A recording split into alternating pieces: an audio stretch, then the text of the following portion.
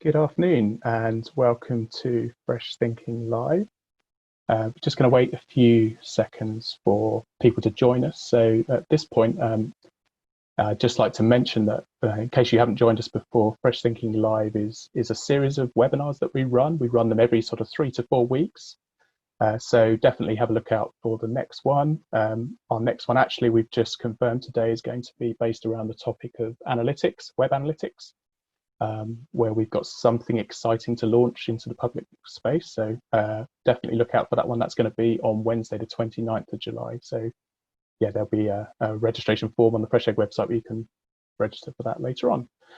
Also, just let you know, we are recording the session today and we'll email when the recording and the summaries are all live.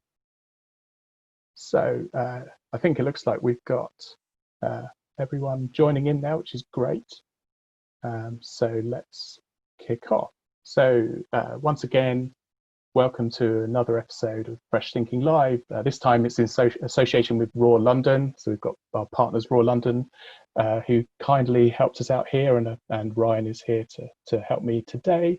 And so today we're going to focus specifically on the charity sector and looking around that topic, which I think is something that everyone's keen to understand more about, which is how to prepare for what people are calling the new normal in charity marketing. So it's a really hot and important topic, and something we're really keen and excited about unpicking today.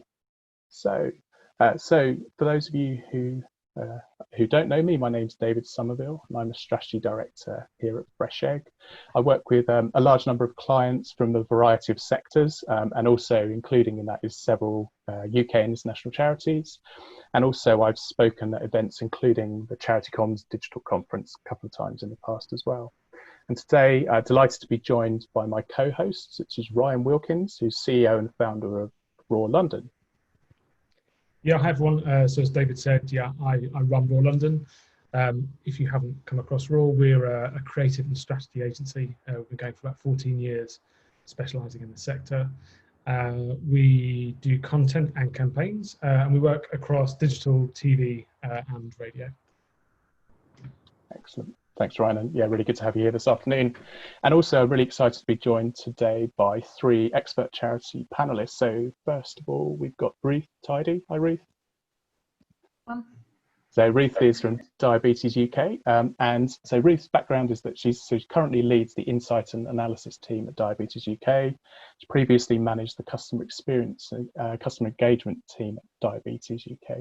And her ambition really is to shift to an approach where we focus on understanding who the customers are and what they need, so that you can build customer journeys that inspire people to change how they think, feel and act. And together the aim is to create a world where diabetes can do no harm. So hi Ruth, lovely to have you here. And next we have Claire Coussins. So Claire Coussins is from Rainbow Trust Children's Charity. Hi Claire. Hi. Hi Claire.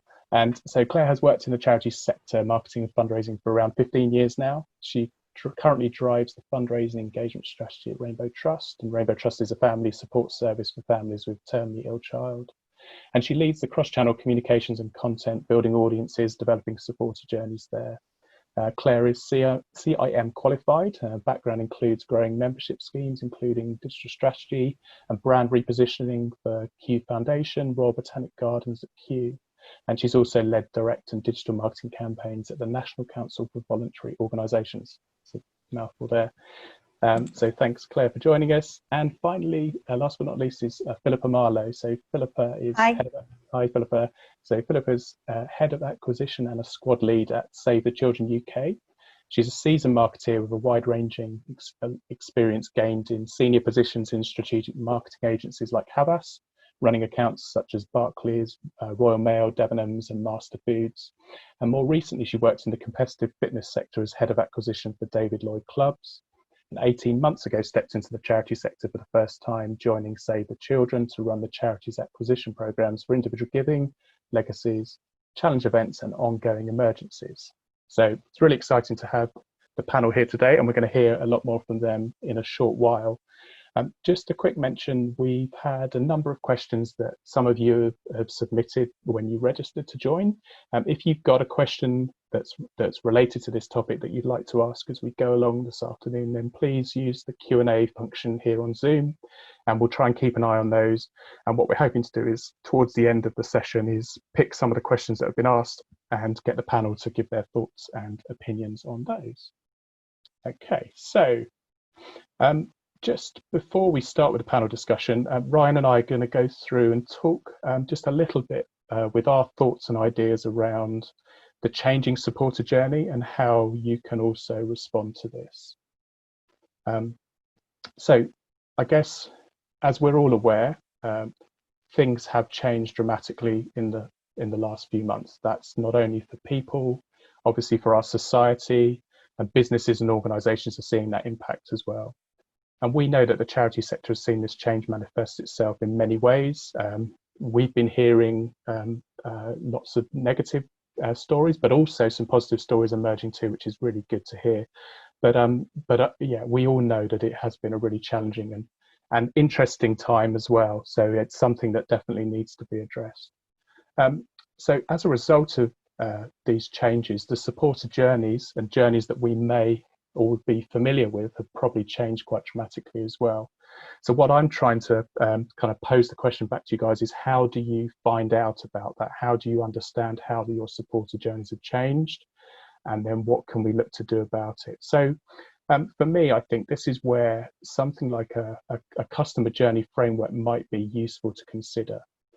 So what we have here is a classic customer journey model. It's something that we use on a regular basis with our clients, just to get ourselves and them thinking about what does that customer journey look like. So typically here, this will start with someone being unaware of a product, a service, a brand or organization, and there's a trigger that happens between that unaware and aware stage, and they become aware of that need, they have that need, and that changes. And then they start to move through the various stages of the journey. Different things happen at different points. They have different needs, they exhibit different behaviors, and also they have different touch points that they come across that whole journey. So applying a journey like this to supporters and to charity sector is still really relevant, because what it does, it allows you just to really get an understanding of what's going on at each of those stages, how things are different, and then you can decide whether you have the right marketing in place, the right communications in place in order to address those different stages. So I think for me, what is interesting about this is starting to unpick how can you understand what's changed at those different stages in the last 3 to 4 months, and therefore what can you do in response to that. So with limited time, I just wanted to show you a few ideas of some of the stages in the journey of things that you could do in order to find out and get that valuable insight that you need. So for the first one of these, this is the awareness stage. So this is the stage where people will first become aware of your charity, or of your campaign, or it might even be where they become aware of the fact that they would like to do something, they would like to get involved, they would like to donate, they would like to do some good for their community. So they become aware of that. And the questions to kind of consider here are, how are people finding out about you?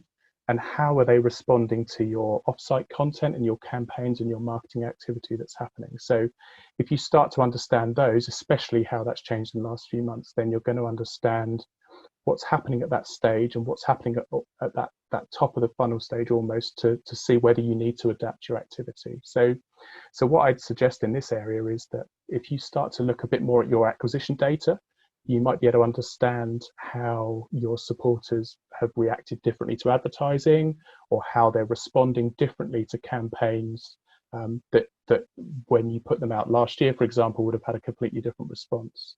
And I know we've got some real life examples of this that the panel are going to talk about later on.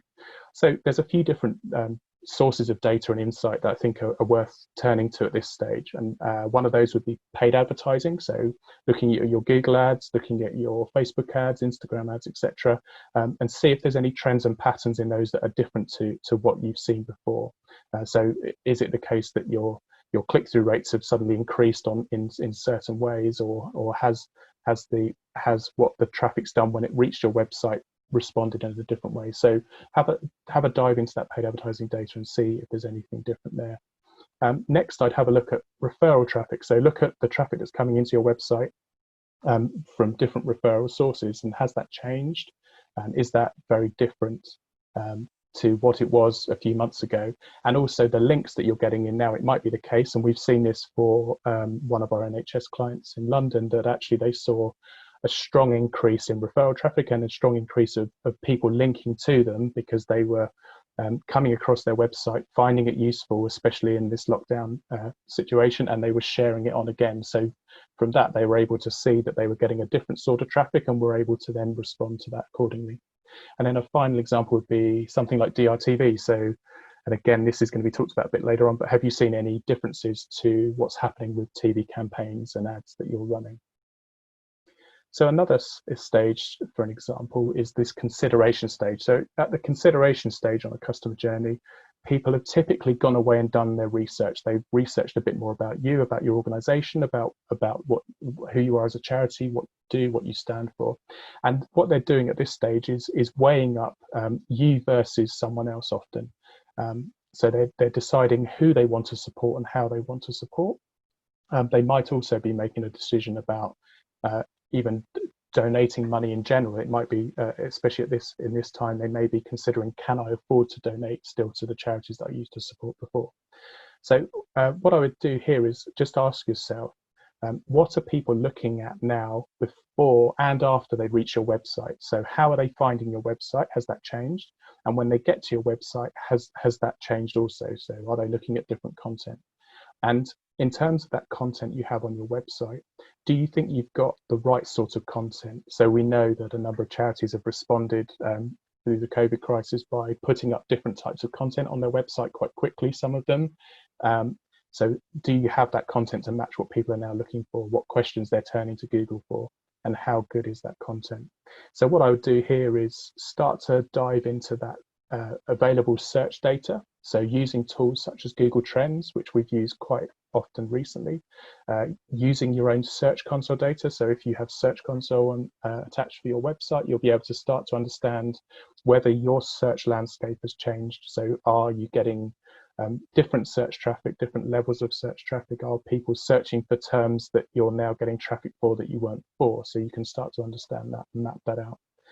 Use a tool such as Answer the Public to understand in your space, in your area, are people asking different questions that, again, they weren't asking before? And then looking at your on-site content, start to unpick whether this is performing in a different way. So, for example, are there certain pages now that are much more popular than before? Are people using content before they go on their donation journey, or are they missing it out entirely? So again, dive into that content and have a look there. And then a third and final example is for the advocacy stage. So the advocacy stage typically will come towards when the end of the journey as such, when someone has been engaged with you for a little while, but sometimes it can come early if people fall in love with you straight away. So at this stage, it's all about what are people saying, and who are they talking to, and who are they being who are they kind of advocating about you to. So for this, I'd recommend capturing feedback from across your organization, across the charity, and also outside as well. So speak to the social media team, have a look at what sort of comments that they're getting, what messages they're getting from people. Is there anything emerging there that's different that the people are asking for or have questions around and you haven't considered that yet? Look at email inquiries from supporters and fundraisers. Has that changed? If you have a call center or have telephone inquiries coming in, what can you learn from what people are phoning up and asking now that could be different to what they were phoning and asking you about in January? And another idea would be to speak to those loyal supporters directly. So if you've got a group of people that you know are really engaged, they're your real advocates, reach out to them and start to understand from them, have their needs changed at all? What are they thinking? What's their behavior currently, and what are they expecting to do in the future? How has all of this impacted them? And obviously they pull all that information together, and that will start to allow you to understand how you tackle that advocacy stage and start to really kind of grow that a bit further and respond accordingly. So overall, I'd recommend that you carry out research at each of those stages of the journey, using a range of different data sources, pull out all of those insights and start to prioritize all of those insights into sort of things you can do immediately. So are there any quick wins that are coming out? And then what looks like it's going to be a bit of a bigger thing to do. So that's your midterm strategy. And you might well find, and I think a number of our clients would put their hands up and admit as well, that their strategy right now is completely different from the one that they were putting together at the end of last year and implementing in January and February last year. So I think it's really important just to get that research now and analyze it, pull out all of the insights, and then take a step back to look at what you need to change. So now hopefully I've given you a bit more of an understanding about how that change in supporter journey might have altered and what you can do about it. There's an opportunity now to understand how you can respond to that. So I'm going to hand over to Ryan to let him take you through that. Great, thanks, David. Just going to swap my screens quickly. Can you see that? Does that come across okay? Yeah. Great.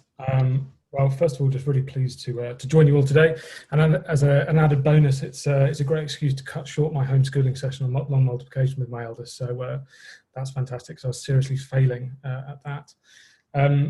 But thanks, David, for a really great introduction. As David says, I'm going to take a quick look at how insights can help us identify some new content opportunities throughout that customer journey. And also offer a few tips on how to take that kind of audience-first approach to creative. So firstly, just back to the journey framework that David introduced, and during these extraordinary times, the stages within our customer journey remain the same, but it's how and why people are entering that journey that is changing. So I was going to break that down into three key areas. The first is the awareness stage. So as David said, this is when customers first discover or hear about your brand. And the key insight here is that, and it's a fairly obvious one, I'm afraid, is that lots of people are at home all day. But what does that tell us in terms of behaviours? Well, in short, we're consuming much more media and digital media. So we're online a staggering 70% more than we were pre-COVID. We're also watching 63% more TV, especially around the times of the news broadcasts that we see every day. We're on social channels 61% more of the time. We're consuming 60% more online video and listening to 45% more radio. So those figures represent a significant uplift, and we think they're likely to hold for some time as yet. But what does that mean for marketers and content creators? Well, audiences have an increased appetite and bandwidth to discover new things.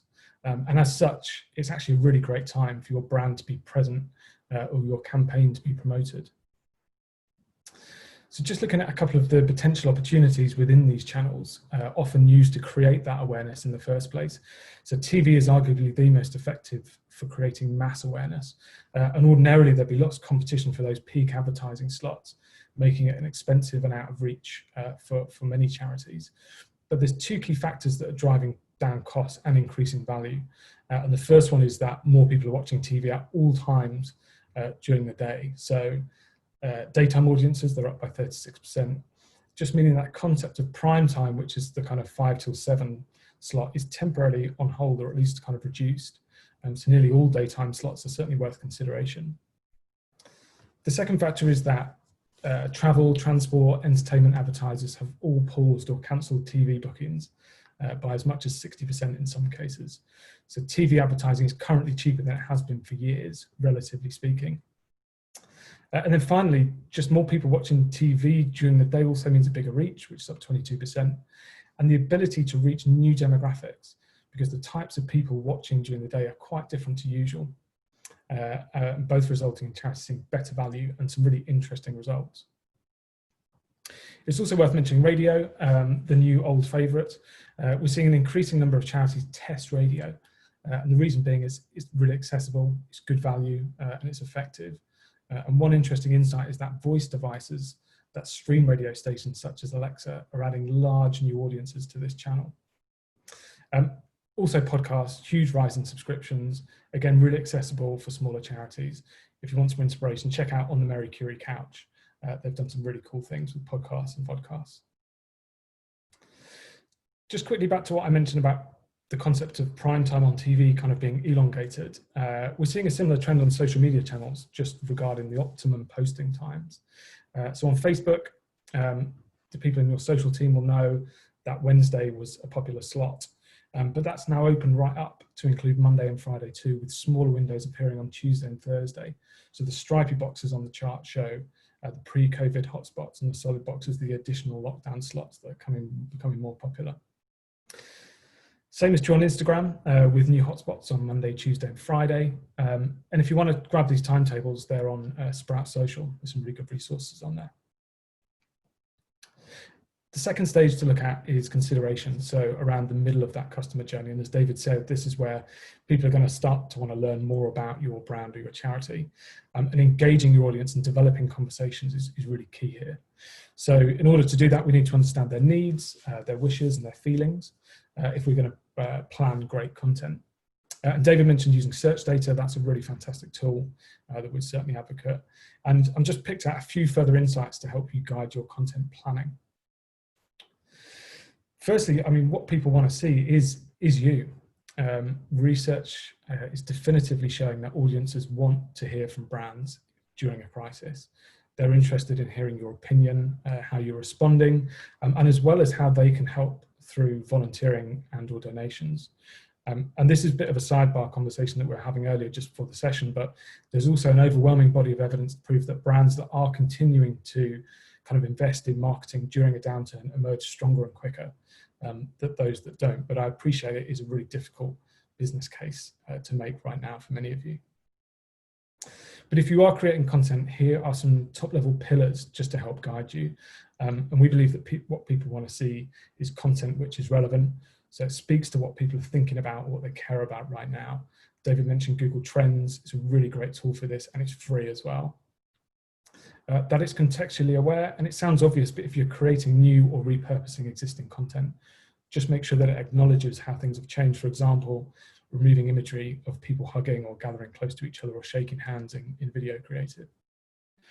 That it's clear, so just that you have clarity on what you would like people to do or how they can help. Again, it sounds obvious, but make sure you're not trying to communicate too many business as usual brand messages. Just make it simple and actionable. And then finally, just helpful content. So, you know, there's a crisis in trust for mainstream news. So audiences are increasingly looking for those trusted and curated hubs for specialist advice. And as charities, we're quite well positioned to do that. So creating that quality SEO optimized help content, such as disease specific advice or Q&A articles, is a really effective way of deriving traffic to this stage of the journey. A good example of a charity doing this well is Breast Cancer Now. They've been doing some live weekly broadcasts with medical specialists answering audience questions. So it's really personal, it's really helpful, and it's hosted in a space where they know their audience is. I mentioned the importance of being relevant with content, and there's loads of reports out there that can track consumer sentiment. Again, Trends is good for this, so is YouGov. But I found this slide in a PwC report, and it's relevant now, and it could be beyond COVID as well. And it just reports that consumers have the following top priorities right now. So they're up for trying new brands and products, maybe because they've got more time to research and consider. They're interested in picking up new hobbies, and we'll come to that in a second. They want to adopt a more invigorated approach to life and maintain new health and wellness habits over the long term. So as marketers, what can we take from that data? Well, reading between the lines and coupled with what I'm seeing do well online, I'd say that if you can angle content to bring in any of these topics, especially kind of towards the colder stage of the funnel to kind of bring people in, I think you'd be well on your way to kind of hitting that relevancy tick box. So anything to do with exercise, cooking, home improvement, outdoor pursuits and crafts. And just to summarize this section, I thought I'd reveal our top secret formula for creating perfect content. Firstly, it's about considering what people are talking about. So the zeitgeist and the trends, what's on their minds. Add to that a consideration for their behaviors. So when and where are they hanging out? So it might be that they're going to new channels such as TikTok, and then adding in that positive value exchange. So, you know, if they're going to watch your video or sign up to your mailing list, what are they getting in return? It could be valuable information that's really helpful and useful to their lives and situations. And if you make sure you're considering those elements when creating your content, you can't go too far wrong. Just a couple of good examples of charities doing just this. Scouts launched a really fantastic resource for kids called The Great Indoors, rather than The Great Outdoors. And there's loads of activities on there to keep kids busy, which is fantastic for parents like me. This is exactly what people like me are looking for during lockdown. It's spot on in terms of behaviour and that value exchange. Another example is British Red Cross. So they've identified where some of their new target audiences are, and that's on TikTok. Maybe because people have had more time to experiment with new channels. And BRC are doing some fantastic things. They're also using donation stickers, I think, to raise money on live broadcasts. Again, this is bang on in terms of being aware of trends and audience behaviours. Finally, just to wrap up, a really quick look at the final stage of that journey, so advocacy and loyalty. And whilst there's understandably a big focus on donor acquisition at the moment, engaging existing donors and encouraging them to donate is just as important, if not more so, since they're already brought into your cause. The insight here is just that a lack of focus on thanking and engaging existing donors is one of the top 3 reasons for them lapsing and moving on. So it's definitely worth thinking of innovative ways to do this. Again, just a couple of examples. Doctors Without Borders, they send a really nice thank you video to existing donors to show the impact of their donations, and it features loads of emotive and direct UGC messages from their doctors in the field. And it's a really good example of showing and not just telling. But to go a step further, personalisation gets the best results. So 44% of donors told Accenture they'd be willing to donate up to 10% more for a personalised experience. And that number rises to 62% for millennials. And that's an amazing stat.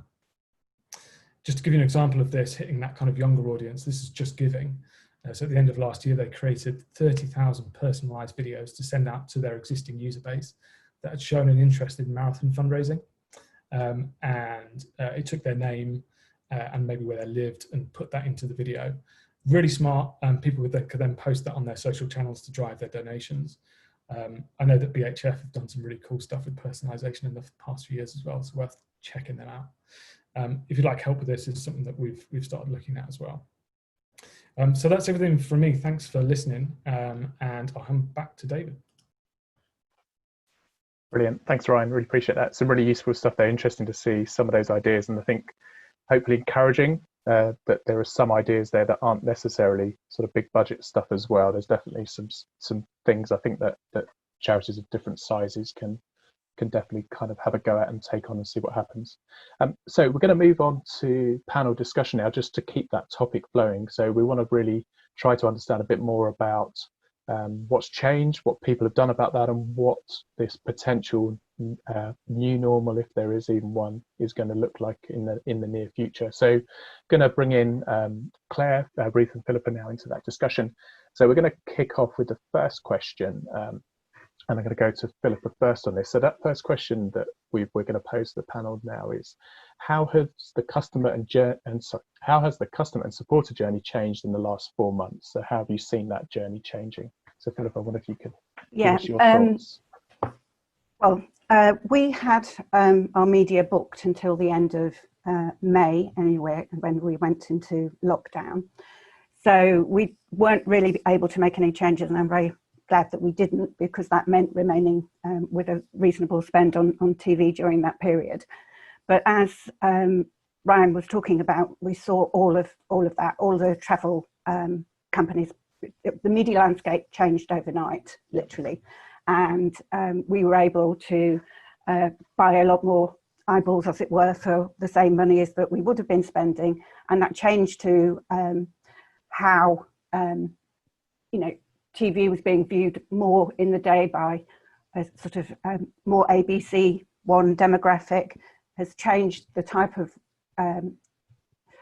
supporter that we've been able to recruit.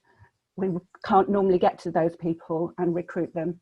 It's also been quite interesting to kind of, so that's been good. And during that period, we were concerned that we wouldn't be able to continue with TV because of everybody obviously looking very closely at spend, and that is probably one of our biggest, well, it is the biggest spend. Yep. However, the performance has held up for regular gifts, so we've been able to deliver what we were forecasting for regular gifts. But the interesting thing is we've seen single gifts or cash gifts go kind of skyrocket through this period as well. So you can read into that you know, we're getting the normal people that we would normally get from regular gifts, but then we're picking up maybe some like ABC ones that might be a bit concerned about what's going to happen later on in the year, but they're very happy to give us a gift now. Yep. Also, we saw average gifts go up considerably. We've had our highest period of average single gifts. So that's, again, I put down to the nature of the demographic that we've been hitting during daytime TV. We've also noticed that if we hit a contextual slot as well, that we see a really big uplift for that. So we had one of our ads on during a Black Lives Matter debate, and we saw a really big spike for that. In fact, we melted the phone, so that was really good. So I think this period will carry on to perhaps the end of August, where we're seeing TV market is starting to tighten up again now. And I think by the time we get back to September, we'll be back to pricing as it was before, but maybe even higher, because I think it's going to be a very competitive marketplace. So TV has been really, really interesting. And I think probably one other thing that would be quite interesting to share with everybody is while we were waiting to get approval for our budget to continue on air in June, we were off air for 10 days, which Save the Children and quite a few charities have us operate an always on strategy, and that's what we have done for about 10 years. However, being off for 10 days, we literally saw like a 90% drop in regular giving, and we saw something like 60-something% drop in revenue. So it was immediate and there for everybody to see. All the driving, because often I believe that, well, in our organisation anyway, the value of TV has become somewhat devalued because we are always on. And being off, you know, PPC wasn't working very well, because obviously PPC is, you know, it's like having a call centre, but TV makes the phones ring. So you know, if you don't have TV in the mix, then we saw an impact on all our other digital activity. So it really does have a good role to play in terms of like filling up that top bit of the funnel, and then obviously with the website can work really hard on conversions. The only other thing to say is we did look at changing how we've been doing some of our optimizing. So we would normally always optimize everything to regular gift, but during this period we've been optimizing a little bit more to cash gifts as well. Okay, interesting. I think I was going to, your point there about turning off TV and seeing that drop, I was going to actually say, did you notice that having an impact on your other channels and some digital channels where it sounds like it? Impactful, definitely. Brilliant. And the other thing to say about contextualizing is once we did sort of get some budget release, we were able to, for when we went back on air in June, to change our voiceovers with the ads that we had on. And we didn't do very much, just sort of recognizing that we're in a different time, or it's a scary time for children, or, you know, it made a nod to kind of health systems around the world, you know, actually maybe struggling at this difficult time. Just but very, very simple tweaks, but we've seen that do quite a lot for us in terms of our uplift since we've been back on. Okay. So that thing about actually just a little bit changing the content and, you know, referencing the situations, but how it's changed has made a big difference. Interesting. That's fascinating. Thank you. That's really useful insights there. Some really interesting stuff on that kind of how impactful TV still is, and especially going back to what Ryan was saying earlier about how people's behaviours have changed and how you've seen that coming through in terms of donation trends, etc. Coming to you, Claire, now. I think you've got some sort of experiences around what's been happening in some of those digital channels more recently as well. Yeah, so our experience really reflects what Ryan was saying earlier about that surge in time spent on social media during lockdown. In fact, our social media engagements were up by 500% in March, the previous month. So, you know, it really skyrocketed for us. Whereas organic and paid search traffic and website sessions were down on pre-crisis levels, our own channel traffic increased significantly, and we saw a huge uplift in revenue linked to our emergency appeal from email and social in particular. So I think, you know, we were getting quality over quantity, really, suggesting we were successfully reaching those who were already warm and aware and considering. We had to pause our paid activity at that point when the crisis hit, due to, sort of, as we referred to, budgetary constraints and looking at all of that. But yet we still had some entirely new people coming through to us. So it's important we could sort of understand that a bit more to set the appropriate journeys for them. So there were things that sprung up quite early on, like the 2.6 challenge. And for us, the majority of people taking part in that were new, which was great. So we need to understand more around that. Okay, that's great. Excellent. And a question that's just come in from one of the attendees, which I'll sort of ask now and see if anyone's got a thought, and I've got an idea on this as well, but it seems relevant to talk about it. So the question is, have you seen any change in channel mix? So for example, phone versus web for donations specifically in the last few months? Philippa? Sorry, it was a mute. Okay. We're seeing a lot more via text. Okay. So makes sense. People are at home in the day. So we used to only put our text response mechanism into peak in the early peak for the evening, but now we're looking at having it across the day parts as well, whereas normally we wouldn't do that. We'd optimize to phone, so we've evened that out. Okay, that's great. Anyone else seen anything different in those channel splits at all? If not, so Ruth, did you? So going back to the first question, from both kind of data, external data, insight and internal, we've seen changes in customers' needs. So both in terms of their health needs and also the way they want to give to us, changes in how they engage, like other people were saying. So because people have been at home, because people have been online a lot more, that's how they have been engaging. And we've seen more people as well in those initial stages around awareness and research. Okay. As we're a charity, a health charity, so working on a condition that makes people more vulnerable to COVID-19 and the impacts of it. At the initial stages of a journey, people kind of be coming to us much more for that support and that information through those digital channels and also through our helpline. So it's mainly been focused on COVID, which is a little bit concerning in the sense that what information are people missing out on to do with their health? Okay, And when we come to talk about what we're doing as a response, that's something we're looking at, what to do now about that. Yeah, okay.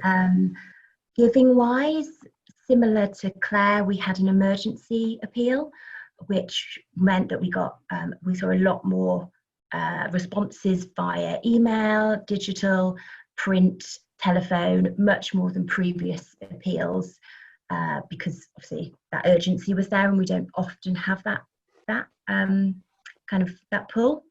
Yep. But interestingly, we've also seen an increased response to our membership, which is through digital channel acquisition.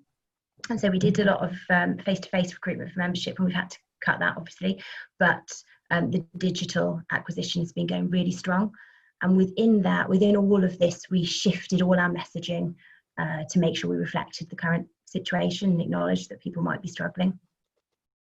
That's great, interesting. So again, link back to a point I was sort of trying to make earlier around looking at your content to see what's changed. It sounds like you've been keeping an eye on and seeing the fact that, as you say, so COVID specific content related to diabetes has seen obviously an increase in popularity and engagement, whereas some of your other health content that is arguably equally as important for maintaining health of those with diabetes or potentially at risk has seen that drop. Yeah, and the behaviour, it looks like people are just coming for that information about COVID because the time they're spending is low and they're not looking at other stuff. Right, okay, yeah. Interesting. Challenge to work out how to get them to get to the right stuff. Yeah, definitely. Exactly. Brilliant. Thank you, Ruth. So moving on to the second question. So in terms of, and that is, what have you and your charity done in response to those changes that you've seen so far? So Claire, let's go to you first around that, if possible. So yeah, Rainbow Trust family support workers were part of that frontline response to the crisis and the pandemic, supporting very vulnerable, seriously ill children and their families. So we really wanted to quickly gather and tell those stories. which meant a slightly more unpolished, maybe raw and homemade feel to what we'd normally do. And we engaged our family support workers to send us real-time clips and real stories from the front line, which we found made a huge difference to that engagement. We had actually printed and were ready to mail our supporter magazine, which normally carries an appeal ask anyway, but it was printed at the end of February, so it carried no mention of COVID at all. But it was sort of ready to mail just in the days leading up to, waiting for that lockdown announcement. So, we had to just think quickly as to what to do with that, tweak the cover letter and the ask on it, to basically launch our emergency appeal in a matter of days. So we were just very honest about the situation we were in, and in the end it generated 4 times the usual amount of income. Okay. Wow. That the magazine would normally generate. We were working on a very skeleton staff, only 2 to 3 of us on comms, because many of the team were furloughed. So we were really having to be sort of taking our jar to a whole new level. But we found that the sort of sudden leanness of that team really helped with focus when we were working on such a sort of short turnaround on things. So we've doubled the amount of communications going out through organic social and just being much more reactive. And Ryan's mentioned obviously that the change in peak times on social, so we sort of spotted that early on as well, and we're responding to that and making sure that we held what we perceived to be our absolute best content for those peak times, which were during the week. Yep. And then we jumped on the craft theme that we've touched on already, releasing daily boredom busters to really appeal to that the audience of parents who were at home and with their children, and that went really well. So we've noticed a bit of a drop off in that social media engagement overall in June, which I think was to be expected compared to full on lockdown. But we are still getting, the odd thing absolutely flying, way more than it would have done before. So yeah, excellent. That's great. Just to pick up on one point there, Claire, interesting from an internal point of view, you mentioned how it seemed with actually a skeleton staff, you were able to focus a bit more and get more things done. Do you think there's potentially some learnings from this for charities to take forward in terms of ways of working? I know that one of our charity clients, for example, found that actually there were in essence some silos that were nicely broken down naturally through this process, where fundraising and comms were able to come together and work on a specific campaign, and that's been really beneficial for them moving forward. So do you think that could be the case? Undoubtedly, yeah, and that's what I'm sort of reading and hearing elsewhere as well. For us, we feel like a much sort of tighter one team feel, and not just between sort of fundraising engagement and marketing and comms, but with the service delivery teams as well. So as I was saying, the family support workers who support the families, they were much more responsive in sort of delivering that real-time content to us. And yeah, it was great because they were all just fully engaged because it was all hands to the deck, and we just had to run with it. Brilliant, that's great, thank you. Excellent. So coming to you, Ruth, in terms of that question, what have you seen that? So what's Diabetes UK done so far in response? Yeah, sure. And similar to what Claire was saying about the leanness. So we set up task and finish groups, which were really great to pull everyone together. So getting, like you said, not just fundraising and marketing, but also service delivery teams, and it just really gave us that kind of joined up approach and a much more customer centered approach. Okay. So we were making changes anyway in terms of being more driven by our customers, looking at customer journeys much more, focusing on their needs and wants. And I'd say this time has acted as a bit of a catalyst for that. At the same time, initially, particularly that kind of shift to a much more donation-based approach to fundraising has brought this challenge that how do we make sure we are engaging with people, and how do we stop ourselves becoming too transactional? Because those, just like Philippa was saying as well, those one-off single gifts are coming in quite regularly. But yeah, we've used this kind of task and finish group to take some of those ideas forward and are working out how we focus on that longer term engagement. We looked at kind of pulling stuff, and we paused quite a lot initially, again because it was what's important, particularly because we're talking to people who have diabetes or have a loved one with diabetes, and the people who we're there to help are often the people who are also giving us support. So we had to find that balance, and so we paused a lot and shifted a lot of our advertising to make sure it acknowledged that they might need support as well, and to offer that support. We sent out a piece of comms to basically everyone, explaining that we're here for support. What else do we do? So yeah, so we kind of paused stuff, but we didn't actually pull any activity other than activity that we couldn't do just purely because it was face-to-face or community. Sure. Okay. We also, another good thing that came out of it, we started using tools like, what's it called? Mosaic, is it Mosaic? I can't remember the name, but the online tools. So we've been doing empathy mapping sessions, customer journey mapping sessions, trying to get people thinking much more about what their customers need, and it's given us kind of opportunity to do that. Great. So it seems like, although there was obviously a need to react to stuff quite quickly, you have used this period as a bit of a take a step back and try to think about what do people actually need in terms of customers and supporters as well. Yeah, and we straight away, our Diabetes UK, we were really responsive in terms of internally going, what do we need to do right now? And that was about support and about income, and they became our priorities and actually brought us together really well. As I say, there's lots of challenges around how do we ensure we the new people coming in and the people who are just engaging with us in those initial steps are taken on a journey. How do we build those journeys? And particularly because our tech isn't, our tech systems, our ways of working are not there yet. But it has provided this opportunity to focus and to look at those things even more. Great, excellent, thank you. And so Philippa, coming to you in terms of in terms of what's been the response as such from Save the Children, what have you seen so far? I suppose we're probably a larger organisation than the other two, and in terms of, we had just gone through a restructure anyway, so we've been through a restructure and then 6 weeks later all in kind of lockdown, so that was kind of interesting and challenging for everybody. So we're all in new teams, so it helped bond the new teams together. But I think the organisation initially, if I kind of reflect back to being in commercial organisations where I have before, I don't think we did act quickly enough to be able to, you know, to be able to get out there with an appeal. We were concerned about, you know, what work we could talk about that we do in the UK, but there were things we could have done, and we did do in the end, as it were. Few weeks later, so we launched Save with Stories. So we had our ambassadors reading stories, so that was some really engaging content that we were able to speak to supporters and get new supporters through.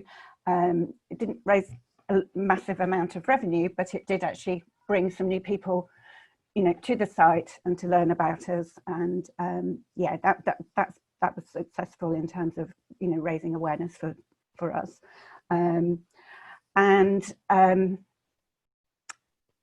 Yeah, and then we have now launched an appeal, but we've done it in a sort of a quiet way, because we obviously recognise for us that this crisis will go on for quite a lot longer in obviously some of the like refugee camps and things like that. So it will turn into almost like being a regular ongoing appeal, like say Yemen, for instance, we think. Right, okay. Yeah. So we've sort of not launched it, we've protected the kind of the BAU, as it were. Yeah. But we'll probably, I mean, DEC may launch soon as well. So so we'll go along with that, really. Okay, great, interesting. Thank you very much. So third question for now, and it's probably the crystal ball question, which everyone needs to understand. So just it'd be good to get some insights from the three of you on what you're planning right now for the future, whatever that future looks like. And Ruth, I'll come to you first to get your thoughts around that.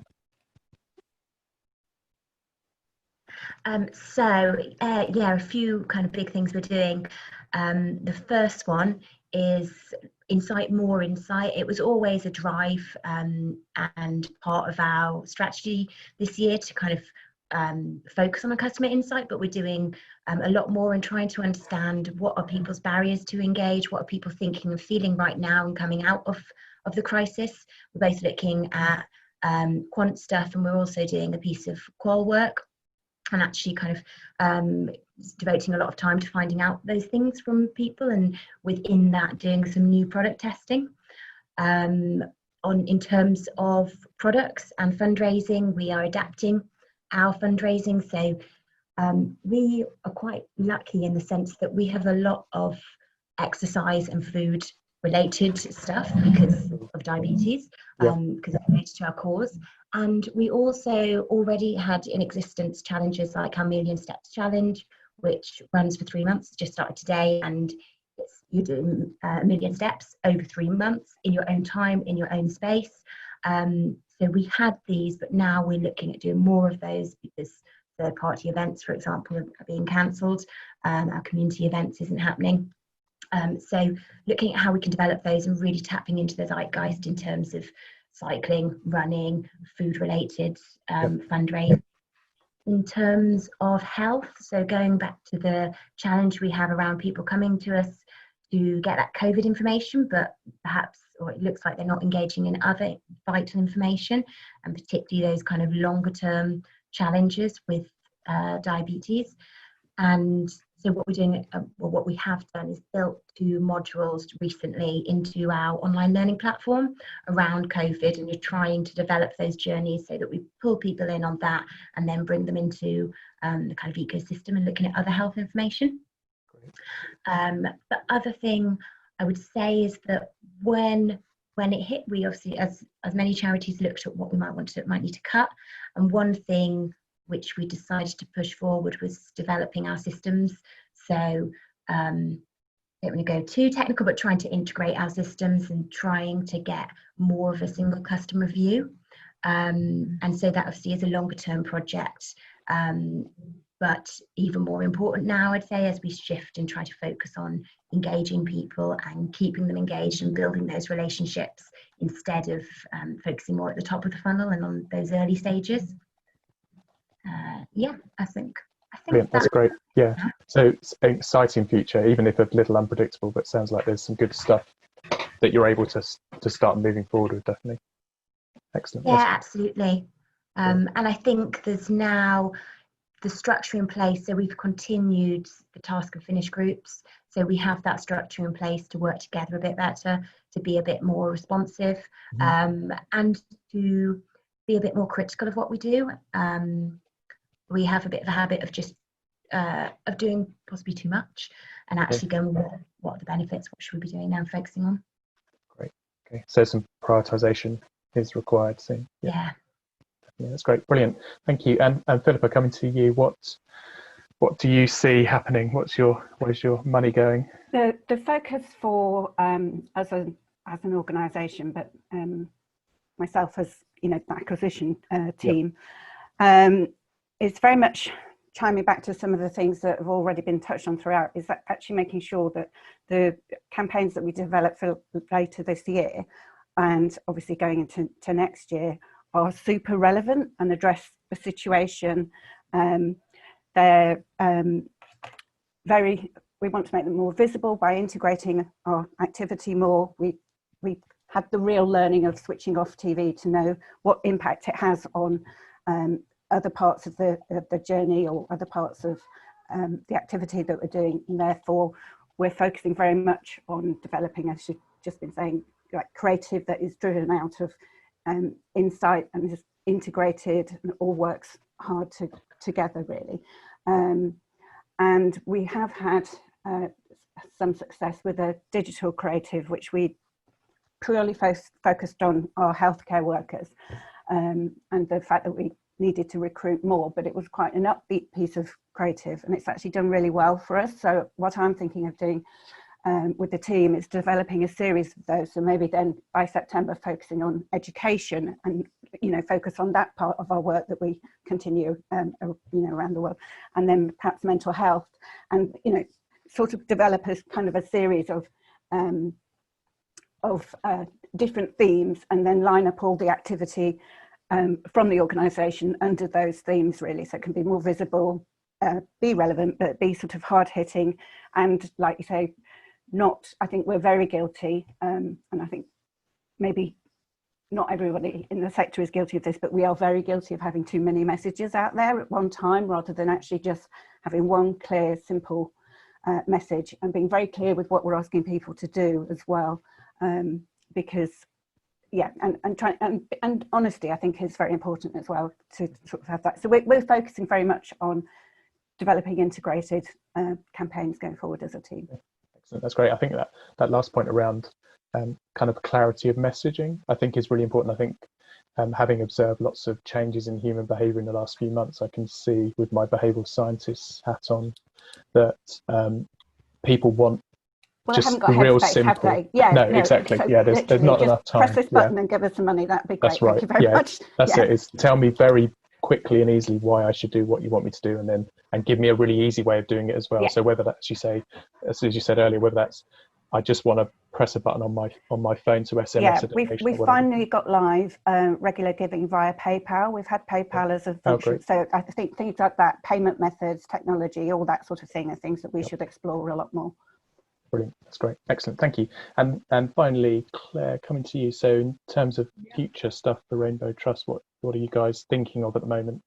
So future stuff, I mean, I don't think it's an exaggeration to say that I feel it's transformed our approach to communications and to our content planning cycle. So back in February, we were already on that sort of road to starting to experiment more with homemade videos and co-creation of content with our frontline family support workers. But this crisis has massively accelerated that, and also just proved that we can be braver and just get on with it, and that's worked for us. Mm-hmm. I do think that those silos are broken down for good, which is great, as we touched on earlier. I think the biggest challenge for us all is continuing to get that cut through as the urgency, the general urgency in the outside world starts to sort of disappear a bit more, because that was helping a lot. And I think the one clear, simple message point as well, we're working now very carefully on a monthly key messaging cycle, and trying to keep that kind of crystal clear, just that one sort of strategic message, and plan that on a monthly basis. And just, we're acutely aware there's not yet a new norm, and it doesn't feel like there's any business as usual still.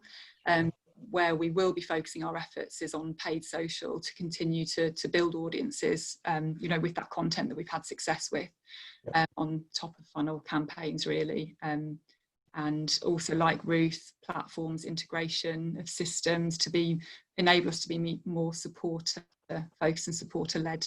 That's also gone up the agenda in the last 3 or 4 months. It was there anyway, but it's more crucial than ever. And then the last thing, just getting insight from our sort of sports and challenge participants, because as a much smaller charity looking at sort of virtual event alternatives, there's lots out there, but we need to make sure that whatever it is we're doing is something that chimes with our audience, and that is right for them. So it's really looking to do 2 surveys and research with them. Okay, that's great, excellent. So I think overall, whilst it's, I guess, scary and unknown for everybody, it seems that there are some good learnings that have happened that charities across the board can start to implement, and it sounds like quite quickly as well. It sounds in Claire's case, obviously some really positive stuff's happened quite fast, and experience of testing different channels and things is also coming to the fore for many. So it does sound like, whilst for everyone it is a bit of an uncertain future, it does sound it's definitely quite exciting, which is really interesting and encouraging to hear. Definitely, it's a good positive thing that's coming off the back of this. So in terms of time, we're nearly up officially. I think what we're going to try and do is just extend this about 5 or 10 minutes, just to try and get some of the questions in that have been asked, because we've had loads coming in, both in advance and also live this afternoon. Apologies if we don't get round to answering your question. So if you can hang on with us for about 5 or 10 minutes more, then please do. If we don't answer your question, we'll try to get the panelists to give their opinion after this. And we'll add it to our website, so you can come and check that answer, and we'll let you know when that's up as well. So just a couple of questions I think we might have time to get through. First of all, one that came through from someone before the session today was, so has giving gone up or down in the UK overall during lockdown? And is there any data to support this? Philippa, have you got any thoughts on that? I don't know if there's data to support this, but we've definitely seen, in terms of the cash gifts, go up exponentially, actually. So I would imagine giving has gone up. And I'm sure when we do get some stats back from this period, I think everybody was at home, and if they were in a decent situation, were feeling quite charitable. So, I mean, I think giving to small charities, local charities, just in general, people have been far more charitable during this time. So yes, I would say it has gone up, yeah. I think, and we talked about this briefly before we went live this afternoon, but it's possible the next 3 months is going to be a bit more of a critical period in terms of personal situations. I think we'll be all right until the end of August. Right. Okay. And then I think that final quarter of the year, when potentially, you know, furlough schemes are changing, a lot more people will have lost their jobs. Yeah. You know, that thing about visibility, share of voice, all of that is going to be really quite hard to kind of get the cut through, I think, and actually get people to donate until maybe we get into the run up to Christmas, if we haven't had a second peak. Yep. And I think the other thing that might be quite interesting going forward is I think there's going to be I might need to think about how I plan my activity to reflect the difference in the regions, because actually London, as always, has, you know, not been hit as bad as everybody else. So in the Northeast, you know, I can't remember what the stats were now, but they've been affected, you know, 60% of them have been furloughed and maybe only 20% in the, you know, so there's going to be some things like that actually I think we'll have to kind of, the new normal might not be the same for everybody. We might actually have to kind of flex our approaches and be audience-led insight through that. Great, that makes sense, thank you. So move on to another question. Ruth, I think you might have some ideas on this, is how can charities marketing bounce back after COVID-19, and what are the best strategies? Yeah, I think it's tapping into what we've been saying about understanding the audiences and understanding the zeitgeist and making sure that we're adapting. So not trying to just go with what we've done before because it's that time of the year and we always do that thing then. Going, what is it that suits audiences now? Which audiences can we talk to about what? Which ones need support? Which ones are able to give us donations? Which ones are able to volunteer for us? And being much more tailored in our approaches to audiences. I think that it's what I think the sector's needed for a while, and I think even more so we'll need it now. I almost wonder whether it's another point a bit similar to around when GDP happened, that we had to kind of get things in order a bit more, and I kind of hope this will be an opportunity for us to do the same and be much more focused. I guess, shift to a customer-centered approach. I think just to say, from kind of a creative agency side, Ruth, I think that's it couldn't come quicker enough. I think because I think there has been a bit of kind of reticence in the past about investing in really good research and insights, and actually from our point of view, the best performing campaigns that we see from a creative point of view always come from that really amazing insight and that kind of nuggets that you can take from that insight to build a creative campaign out of. So of the positive things to come out of it, I think kind of using insights and research more will be really, really positive. Brilliant, that's great. I'm just going to jump to a question that I know we had someone submit before, and someone has asked a similar question since we've been live. So I think it's worth just if anyone's got any opinions on it. And it's related to the Facebook Stop Hate for Profit campaign that's been happening in the last few days. And the questions broadly from the two people asking are you making any, so are you pausing or cutting down your advertising in July in response to that campaign at all? I can, we've had quite a lot of debate about this at Save, and what we've decided to do for now, and I'm not saying it won't change, is to kind of dial down our Facebook activity during this period, but not entirely switch it off, because if the DEC does launch, it's a really key channel for us. So to actually go public and say we're not going to be using this channel at a time when, you know, we really need the channel. So that's where we've come up with that compromise. Okay. For us, we were at a natural pause between campaigns anyway, so we've kind of been watching the debate, and we haven't got any activity in the short-term plan. But yeah, again, it might change, as Philippa says. Yeah, it's an interesting one. I was having a look earlier, and I think it's cited now around 200 companies that have come out and said they are pausing Facebook and Instagram and possibly even Twitter ads in July. In my experience, one of our clients who relies on that platform to reach out and engage with people who have mental well-being issues in London and uses that platform to get them to their services, will arguably if they pause on that, then they're going to potentially miss those people who wouldn't see their messaging otherwise. So I can see it's a tricky one for probably especially charities to consider, definitely moving forward. Okay, that's great.